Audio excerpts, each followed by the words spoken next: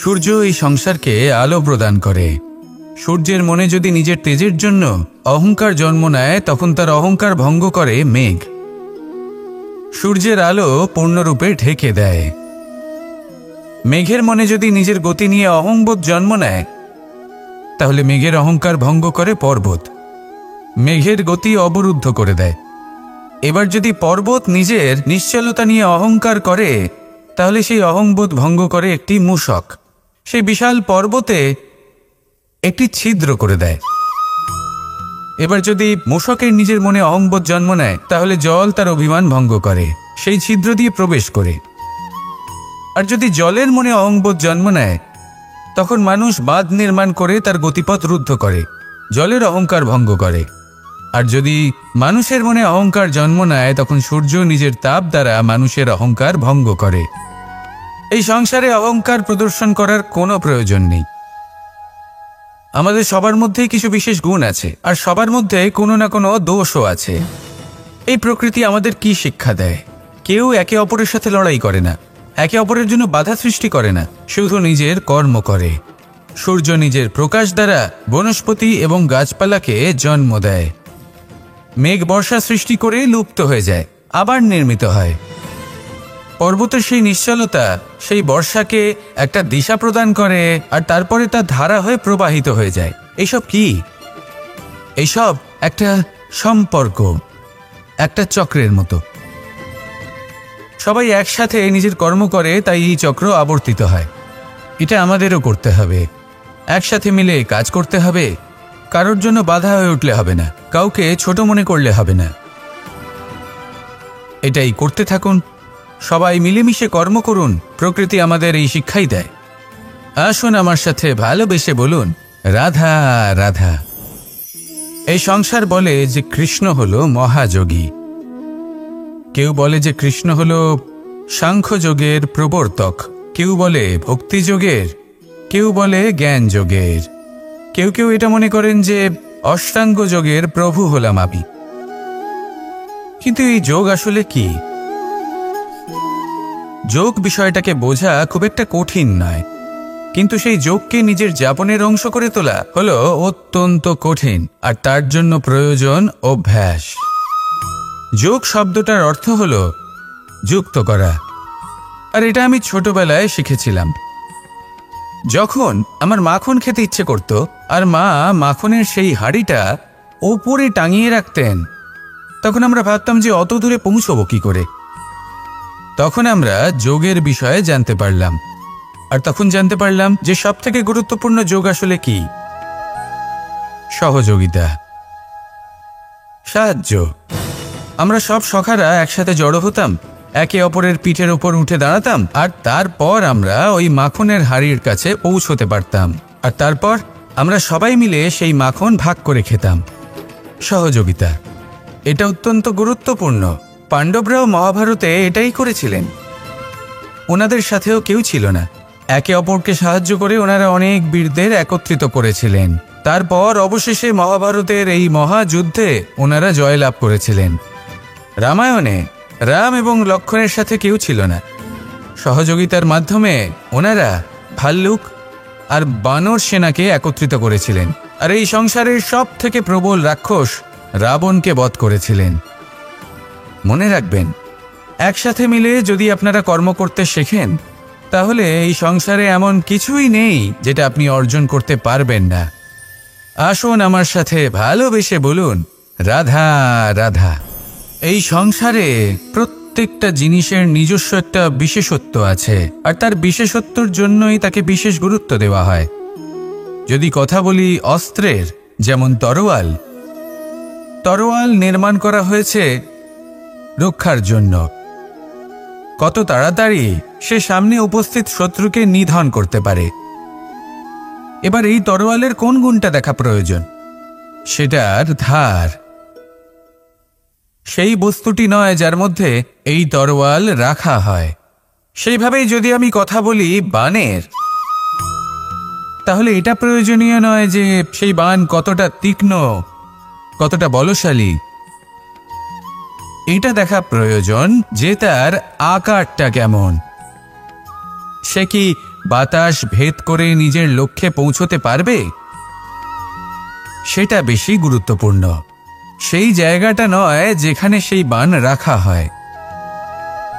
ঠিক সেইভাবেই যদি আপনি কোনো মানুষেরই মূল্য বুঝতে চান, তাকে পরখ করে দেখতে চান, তাহলে তার জাতি, তার ধর্ম, তার রূপ, তার আকার, সেগুলো দেখে তাকে পরখ করতে চেষ্টা করবেন না। তাকে পরখ এই সব কিছুর ভিত্তিতে করবেন না। তার স্বভাবটা দেখুন, তার গুণ দেখুন, তার প্রতিভা দেখুন, তার কর্ম দেখুন, কারণ এটাই সেই ব্যক্তির আসল পরিচয়, এটাই হলো তার অস্তিত্ব। যখনই আপনি কোনো নর্তককে শ্রেষ্ঠ নৃত্য প্রদর্শন করতে দেখেন, তখন আপনি কিন্তু এটা ভাবেন না যে সে কোথা থেকে এসেছে, সে কি খায়, ওর বন্ধু বান্ধব কারা। আপনি তার নৃত্য দেখেন, ওর শিল্প দেখেন, সেটারই প্রশংসা করেন, সেটাকেই সম্মান করেন।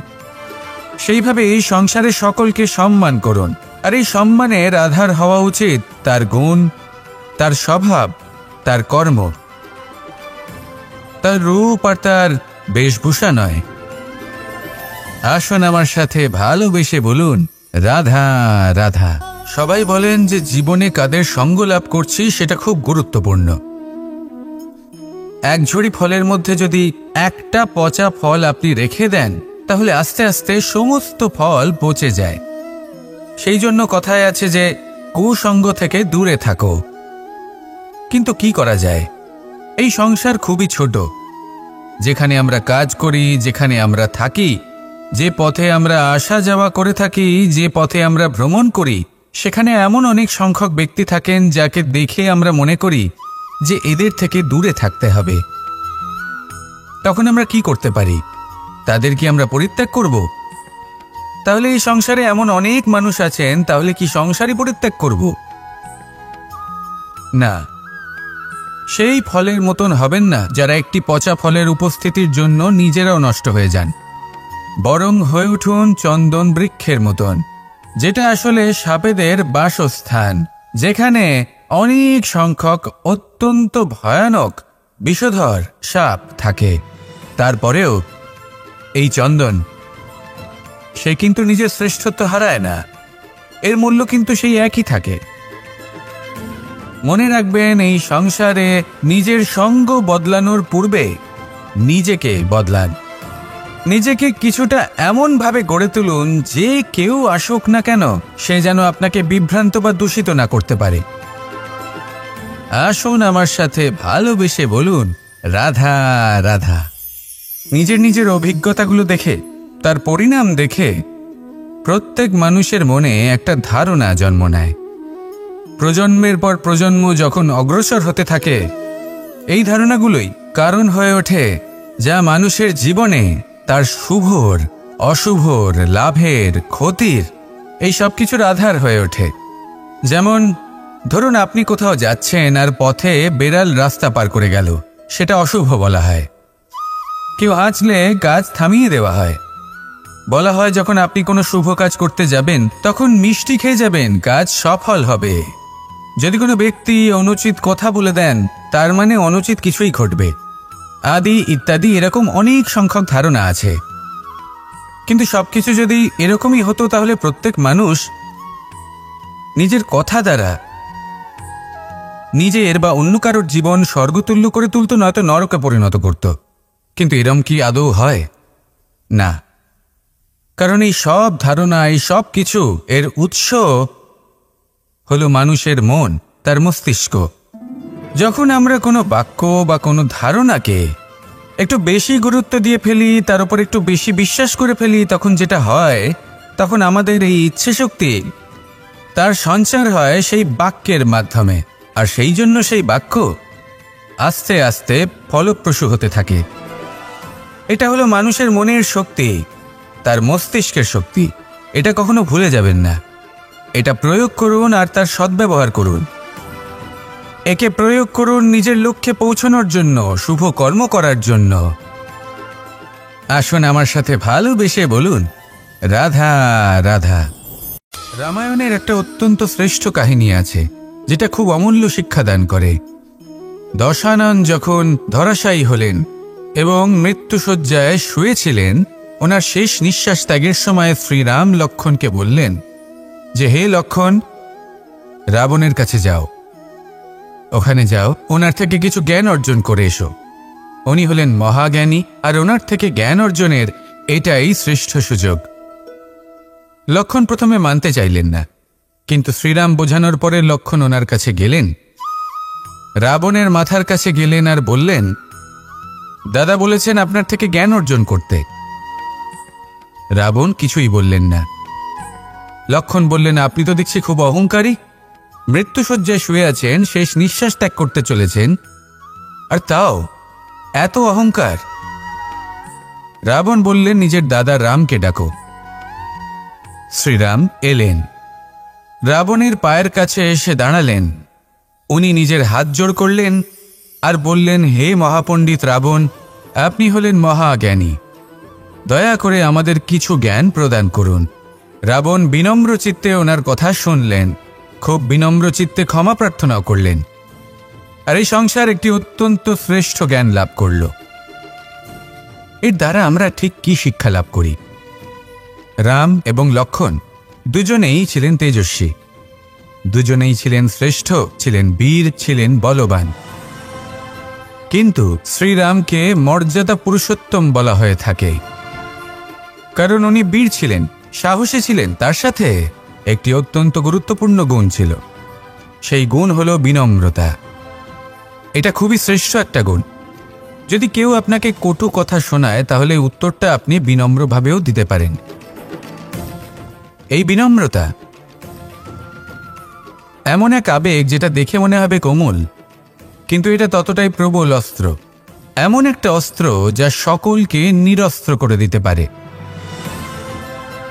যদি আপনি সাহসী হন এবং বিনম্র হন, তাহলে আপনি বিজয়ী হবেন।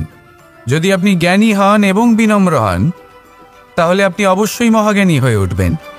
তাই নিজের মনে বিনম্রতা ধরে রাখুন আর ভালোবেসে বলুন, রাধা রাধা। মানুষ জীবনে অনেক ধরনের সুখ লাভ করে, অর্থ সুখ, পরিবারের সুখ, বৈভবের সুখ, কিন্তু এমন একটা সুখ আছে যা বেশিরভাগ মানুষকে প্রভাবিত করে, কিন্তু সেই সুখ তাদের কোনো প্রয়োজনই নেই।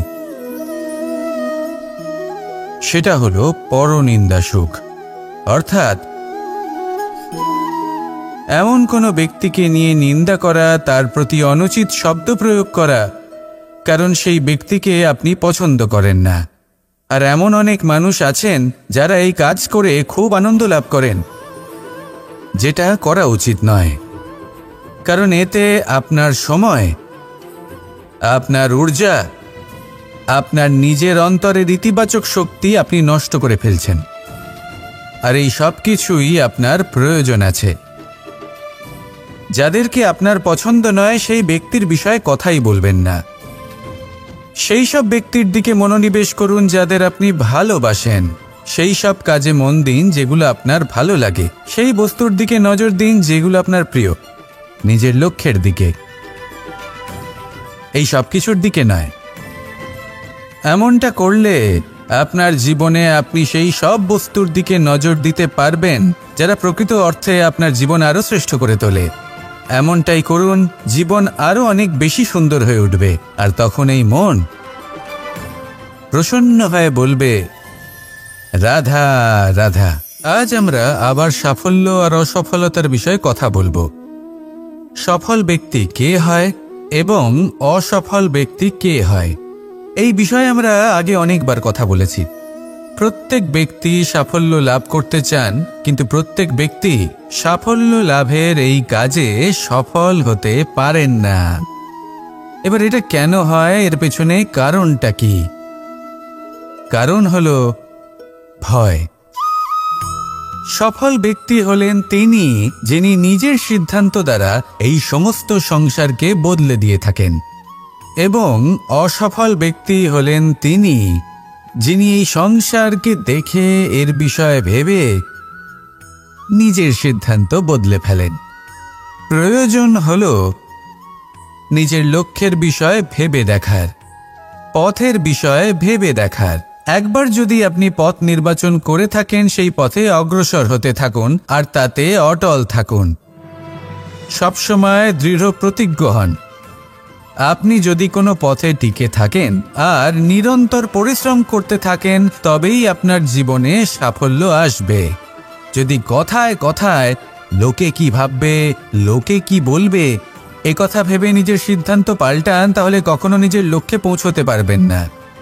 আসুন আমার সাথে ভালোবেসে বলুন, রাধা রাধা। মানুষের 6টি বড় শত্রু রয়েছে, আর এরা অন্য কোথাও নয়, বরং মানুষের অন্তরেই বাস করে। এই 6টি শত্রু হল কাম, ক্রোধ, মোহ, লোভ, ঈর্ষা আর অহংকার। কিন্তু এরা কি চিরকাল আপনার শত্রু হিসেবেই থেকে যায়? এদেরকে নিজের বন্ধু করে তোলা কি সম্ভব নয়? ভেবে দেখুন না। এবার যদি কথা বলি কাম নিয়ে, অর্থাৎ কামনা করা, তাহলে মানুষ যদি জীবনে কামনা করতে থাকে, তাহলে সন্তোষের অনুভূতি লাভ করতে পারে না। কিন্তু এই কামনাই মানুষের বন্ধু হয়ে উঠতে পারে। কিভাবে? ধরুন, যদি মানুষ ভাবে আমি আরো অনেক বেশি শ্রেষ্ঠ ব্যক্তি হয়ে উঠতে চাই, আর তার জন্য কর্ম করে, পরিশ্রম করে, তাহলে ভবিষ্যতে গিয়ে শ্রেষ্ঠ ব্যক্তি হয়ে উঠতে পারে কামনার কারণে। অর্থাৎ এই কামনাই ওর বন্ধু হয়ে ওঠে। কিন্তু ধরুন, কোনো মানুষ যদি চায় সে শ্রেষ্ঠ ব্যক্তি হয়ে উঠবে, কিন্তু তার জন্য না কোনো কর্ম করছেন আর না কোনো পরিশ্রম করছেন, আর অধর্মের পথে চলতে শুরু করে দেন, তাহলে এই কামনাই তার শত্রু হয়ে উঠতে পারে। এবার যদি এই কামনাকে নিজের বন্ধু করে তুলতে হয়, তাহলে নিজের নির্বাচনে বিচক্ষণ হতে হবে, নিজের মস্তিষ্কের ওপর নিয়ন্ত্রণ রাখতে শিখতে হবে। সেটাই করুন আর আমার সাথে ভালোবেসে বলুন, রাধা রাধা। আজ আমরা মানুষের আরও একটি শত্রুর বিষয়ে কথা বলবো, যার নাম হলো লোভ। যে কোনো বস্তুকে অত্যাধিক লাভ করার যে বাসনা, যতটা লাভ করেছি ততটা যথেষ্ট নয়, আমার আরও চাই, আরও চাই, একেই বলে লোভ। এবার এই লোভ আপনার জীবনে শুভ না অশুভ, আপনার মিত্র নাকি আপনার শত্রু, সেটাও নির্ভর করছে আপনার ওপর। যেমন ধরুন, কোনো ব্যক্তির অসম্ভব ধনের লোভ, সে সেটা অর্জন করছে আর সেটা সংগ্রহ করছে, আর সেটা লাভ করার জন্য সে অনৈতিক কাজ করছে। যদি এই সব হতে থাকে, তাহলে লোভ কিন্তু আপনার পক্ষে অত্যন্ত ক্ষতিকারক।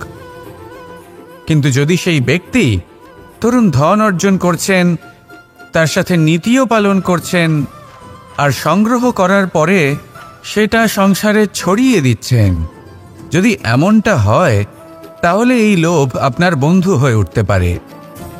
যদি আপনার সৎসঙ্গ লাভ করার, সৎকর্ম করার লোভ থাকে, তাহলে আপনি কখনো একা থাকবেন না। যদি ভালোবাসা প্রদান করার লোভ থাকে, এই সংসারকে সাহায্য করার লোভ থাকে, তাহলে এই লোভ, যা সংসারের শত্রু, সেটা কিন্তু আপনার সাথে পরমাত্মার মিলন ঘটাতে পারে। এবার এই লোভকে নিজের মিত্র করে তুলবেন নাকি শত্রু করে তুলবেন, সেই সিদ্ধান্ত আপনারই। আসুন আমার সাথে ভালোবেসে বলুন, রাধা রাধা। একটি সোনার মুদ্রা নিন, সেটা জলে ফেলে দিন, তারপর তুলে নিন, সেটা মাটিতে ফেলে দিন, আবার তুলে নিন, কাদায় ফেলে দিন, আবার তুলে নিয়ে হাতুড়ি দিয়ে তার উপর প্রহার করুন। তারপরেও সেই সোনার মুদ্রার মূল্য সেটাই থাকে যা আগে ছিল, তাই না? এটা হলো উদাহরণ সংসারের সেই প্রত্যেকটা জীবের জন্য, প্রত্যেকটা মানুষের জন্য। কখনো কখনো জীবনে সাফল্যের বদলে আমরা বিফলতা পাই। যতটা আশা করেছিলাম ততটা শ্রেষ্ঠ কর্ম করতে পারি না। কখনো বা আমরা ভুল করে ফেলি, কখনো আমরা অনুচিত কর্ম করে ফেলি, কখনো সংসার আমাদের বুঝতে পারে না। তার পরিণামস্বরূপ এই সংসার আমাদের নিন্দা করে, আমাদের উপেক্ষা করে, আমাদের বিষয়ে কটু কথা বলে, কখনো সামনাসামনি বা কখনো পেছনে। সংসার এমন একটা আচরণ করে যেন আমাদের সাথে কথা বলাটাই একটা বিশাল অপরাধ। এবার সেক্ষেত্রে কি করা উচিত? মনকে শান্ত করা উচিত। বেশিরভাগ ক্ষেত্রেই এমন সময় মানুষ এটা ভেবে বসে যে তার জীবনের কোনো মূল্যই নেই। তার মনে হয় যে সে এই সংসারে শুধু একটা বোঝার সমান। সে নিজেকে ঘৃণা করতে থাকে। ওর মনে হয় যে তার জীবন শূন্য। কিন্তু তা নয়। আপনি সোনার মুদ্রার মতো। যদি আপনার মধ্যে সেই গুণ থাকে, আপনি শ্রেষ্ঠ কর্ম করেন, আপনার মধ্যে সেই বিদ্যা থাকে, আপনি নিরন্তর প্রয়াস করেন, সৎকর্মের পথে এগোতে থাকেন, তাহলে আপনার নিজের যে মূল্য তৈরি হয় সেটা কোনো পরিস্থিতিতে কোনো ব্যক্তি আপনার থেকে কেড়ে নিতে পারবে না। শুধু নিজে ভেঙে পড়বেন না। এটা ভাবুন, যে সম্মান আপনি হারিয়েছেন সেটা আপনি কিভাবে ফিরে পেতে পারেন। তার জন্য কি করতে হবে? যে ধন আপনি হারিয়েছেন সেটা পেতে হবে কিভাবে? তার জন্য কি কি করতে হবে? শান্ত মনে সবটা ভেবে দেখুন, সিদ্ধান্ত নিন এবং অগ্রসর হন। আপনি এই সংসারের কাছে তেমনই হয়ে উঠবেন যেমন আপনার কর্ম হবে। যদি তা শ্রেষ্ঠ হয়, সবাই তাই ভাববে। আসুন আমার সাথে ভালোবেসে বলুন, রাধা রাধা। সূর্য এই সংসারকে আলো প্রদান করে। সূর্যের মনে যদি নিজের তেজের জন্য অহংকার জন্ম নেয়, তখন তার অহংকার ভঙ্গ করে মেঘ। সূর্যের আলো পূর্ণরূপে ঢেকে দেয়। মেঘের মনে যদি নিজের গতি নিয়ে অহংবোধ জন্ম নেয়, তাহলে মেঘের অহংকার ভঙ্গ করে পর্বত। মেঘের গতি অবরুদ্ধ করে দেয়। এবার যদি পর্বত নিজের নিশ্চলতা নিয়ে অহংকার করে, তাহলে সেই অহংবোধ ভঙ্গ করে একটি মূষক। সেই বিশাল পর্বতে একটি ছিদ্র করে দেয়। এবার যদি মূষকের নিজের মনে অহংবোধ জন্ম নেয়, তাহলে জল তার অভিমান ভঙ্গ করে, সেই ছিদ্র দিয়ে প্রবেশ করে। আর যদি জলের মনে অহংবোধ জন্ম নেয়, তখন মানুষ বাঁধ নির্মাণ করে তার গতিপথ রুদ্ধ করে, জলের অহংকার ভঙ্গ করে। আর যদি মানুষের মনে অহংকার জন্ম নেয়, তখন সূর্য নিজের তাপ দ্বারা মানুষের অহংকার ভঙ্গ করে। এই সংসারে অহংকার প্রদর্শন করার কোনো প্রয়োজন নেই। আমাদের সবার মধ্যেই কিছু বিশেষ গুণ আছে, আর সবার মধ্যে কোনো না কোনো দোষও আছে। এই প্রকৃতি আমাদের কি শিক্ষা দেয়? কেউ একে অপরের সাথে লড়াই করে না, একে অপরের জন্য বাধা সৃষ্টি করে না, শুধু নিজের কর্ম করে। সূর্য নিজের প্রকাশ দ্বারা বনস্পতি এবং গাছপালাকে জন্ম দেয়। মেঘ বর্ষা সৃষ্টি করে লুপ্ত হয়ে যায়, আবার নির্মিত হয়। পর্বতের সেই নিশ্চলতা সেই বর্ষাকে একটা দিশা প্রদান করে, আর তারপরে তা ধারা হয়ে প্রবাহিত হয়ে যায়। এইসব কি? এইসব একটা সম্পর্ক, একটা চক্রের মতো। সবাই একসাথে নিজের কর্ম করে, তাই এই চক্র আবর্তিত হয়। এটা আমাদেরও করতে হবে। একসাথে মিলে কাজ করতে হবে। কারোর জন্য বাধা হয়ে উঠলে হবে না, কাউকে ছোট মনে করলে হবে না। এটাই করতে থাকুন। সবাই মিলেমিশে কর্ম করুন। প্রকৃতি আমাদের এই শিক্ষাই দেয়। আসুন আমার সাথে ভালোবেসে বলুন, রাধা রাধা। এই সংসার বলে যে কৃষ্ণ হলো মহাযোগী। কেউ বলে যে কৃষ্ণ হলো সাংখ্যযোগের প্রবর্তক, কেউ বলে ভক্তিযোগের, কেউ বলে জ্ঞান যোগের, কেউ কেউ এটা মনে করেন যে অষ্টাঙ্গ যোগের প্রভু হলাম আমি। কিন্তু এই যোগ আসলে কি? যোগ বিষয়টাকে বোঝা খুব একটা কঠিন নয়, কিন্তু সেই যোগকে নিজের যাপনের অংশ করে তোলা হলো অত্যন্ত কঠিন, আর তার জন্য প্রয়োজন অভ্যাস।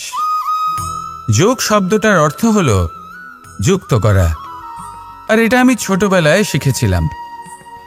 যখন আমার মাখন খেতে ইচ্ছে করত, আর মা মাখনের সেই হাঁড়িটা ওপরে টাঙিয়ে রাখতেন, তখন আমরা ভাবতাম যে অত দূরে পৌঁছবো কি করে।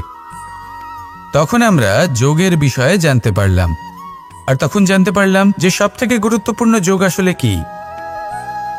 সহযোগিতা, সাহায্য।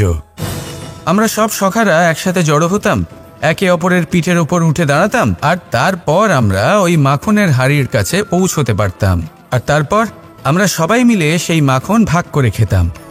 সহযোগিতা, এটা অত্যন্ত গুরুত্বপূর্ণ। পাণ্ডবরাও মহাভারতে এটাই করেছিলেন। ওনাদের সাথেও কেউ ছিল না। একে অপরকে সাহায্য করে ওনারা অনেক বীরদের একত্রিত করেছিলেন। তারপর অবশেষে মহাভারতের এই মহাযুদ্ধে ওনারা জয়লাভ করেছিলেন। রামায়ণে রাম এবং লক্ষ্মণের সাথে কেউ ছিল না। সহযোগিতার মাধ্যমে ওনারা ভাল্লুক, আর বানর সেনাকে একত্রিত করেছিলেন, আর এই সংসারের সব থেকে প্রবল রাক্ষস রাবণকে বধ করেছিলেন। মনে রাখবেন, একসাথে মিলে যদি আপনারা কর্ম করতে শেখেন, তাহলে এই সংসারে এমন কিছুই নেই যেটা আপনি অর্জন করতে পারবেন না। আসুন আমার সাথে ভালোবেসে বলুন, রাধা রাধা। এই সংসারে প্রত্যেকটা জিনিসের নিজস্ব একটা বিশেষত্ব আছে, আর তার বিশেষত্বর জন্যই তাকে বিশেষ গুরুত্ব দেওয়া হয়। যদি কথা বলি অস্ত্রের, যেমন তরোয়াল। তরোয়াল নির্মাণ করা হয়েছে রক্ষার জন্য। কত তাড়াতাড়ি সে সামনে উপস্থিত শত্রুকে নিধন করতে পারে। এবার এই তরোয়ালের কোন গুণটা দেখা প্রয়োজন? সেটার ধার। সেই বস্তুটি নয় যার মধ্যে এই তরোয়াল রাখা হয়। সেইভাবেই যদি আমি কথা বলি বানের, তাহলে এটা প্রয়োজনীয় নয় যে সেই বান কতটা তীক্ষ্ণ, কতটা বলশালী। এটা দেখা প্রয়োজন যে তার আকারটা কেমন। সে কি বাতাস ভেদ করে নিজের লক্ষ্যে পৌঁছতে পারবে? সেটা বেশি গুরুত্বপূর্ণ, সেই জায়গাটা নয় যেখানে সেই বান রাখা হয়। ঠিক সেইভাবেই যদি আপনি কোনো মানুষেরই মূল্য বুঝতে চান, তাকে পরখ করে দেখতে চান, তাহলে তার জাতি, তার ধর্ম, তার রূপ, তার আকার, সেগুলো দেখে তাকে পরখ করতে চেষ্টা করবেন না। তাকে পরখ এই সব কিছুর ভিত্তিতে করবেন না। তার স্বভাবটা দেখুন, তার গুণ দেখুন, তার প্রতিভা দেখুন, তার কর্ম দেখুন, কারণ এটাই সেই ব্যক্তির আসল পরিচয়, এটাই হলো তার অস্তিত্ব। যখনই আপনি কোনো নর্তককে শ্রেষ্ঠ নৃত্য প্রদর্শন করতে দেখেন, তখন আপনি কিন্তু এটা ভাবেন না যে সে কোথা থেকে এসেছে, সে কি খায়, ওর বন্ধু বান্ধব কারা। আপনি তার নৃত্য দেখেন, ওর শিল্প দেখেন, সেটারই প্রশংসা করেন, সেটাকেই সম্মান করেন। সেইভাবে এই সংসারে সকলকে সম্মান করুন, আর এই সম্মানের আধার হওয়া উচিত তার গুণ, তার স্বভাব, তার কর্ম, তার রূপ আর তার বেশভূষা নয়। আসুন আমার সাথে ভালোবেসে বলুন, রাধা রাধা। সবাই বলেন যে জীবনে কাদের সঙ্গ লাভ করছি সেটা খুব গুরুত্বপূর্ণ। এক ঝুড়ি ফলের মধ্যে যদি একটা পচা ফল আপনি রেখে দেন, তাহলে আস্তে আস্তে সমস্ত ফল পচে যায়। সেই জন্য কথায় আছে যে কুসঙ্গ থেকে দূরে থাকো। কিন্তু কি করা যায়? এই সংসার খুবই ছোট।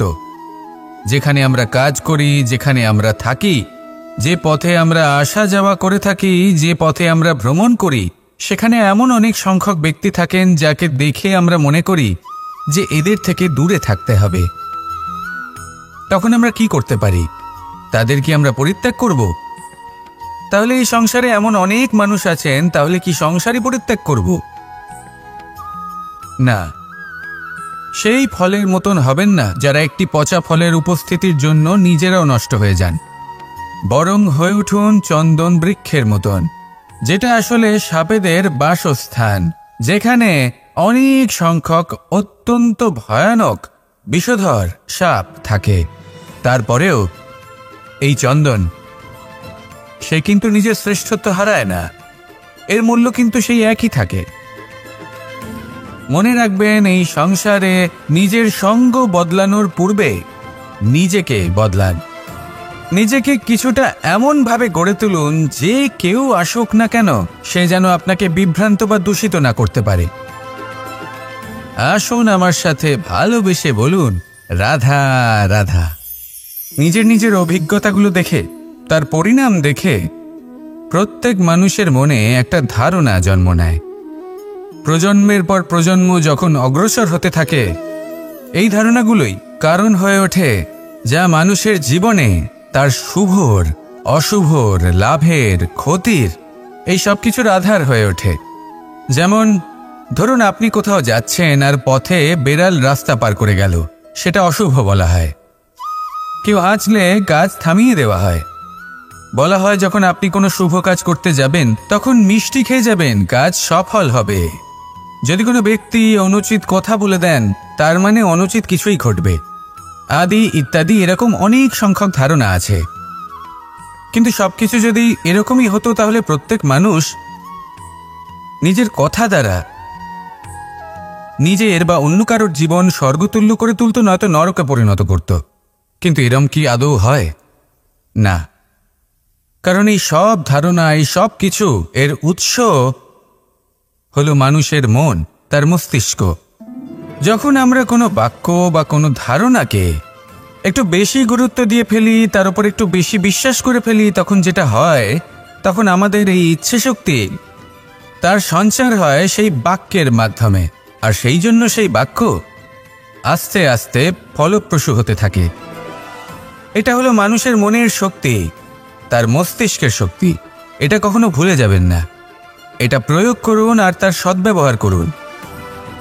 একে প্রয়োগ করুন নিজের লক্ষ্যে পৌঁছানোর জন্য, শুভ কর্ম করার জন্য। আসুন আমার সাথে ভালোবেসে বলুন, রাধা রাধা। রামায়ণের একটা অত্যন্ত শ্রেষ্ঠ কাহিনী আছে যেটা খুব অমূল্য শিক্ষাদান করে। দশানন যখন ধরাশায়ী হলেন এবং মৃত্যুশয্যায় শুয়েছিলেন, ওনার শেষ নিঃশ্বাস ত্যাগের সময় শ্রীরাম লক্ষ্মণকে বললেন যে, হে লক্ষ্মণ, রাবণের কাছে যাও, ওখানে যাও, ওনার থেকে কিছু জ্ঞান অর্জন করে এসো। উনি হলেন মহাজ্ঞানী, আর ওনার থেকে জ্ঞান অর্জনের এটাই শ্রেষ্ঠ সুযোগ। লক্ষ্মণ প্রথমে মানতে চাইলেন না, কিন্তু শ্রীরাম বোঝানোর পরে লক্ষ্মণ ওনার কাছে গেলেন, রাবণের মাথার কাছে গেলেন আর বললেন, দাদা বলেছেন আপনার থেকে জ্ঞান অর্জন করতে। রাবণ কিছুই বললেন না।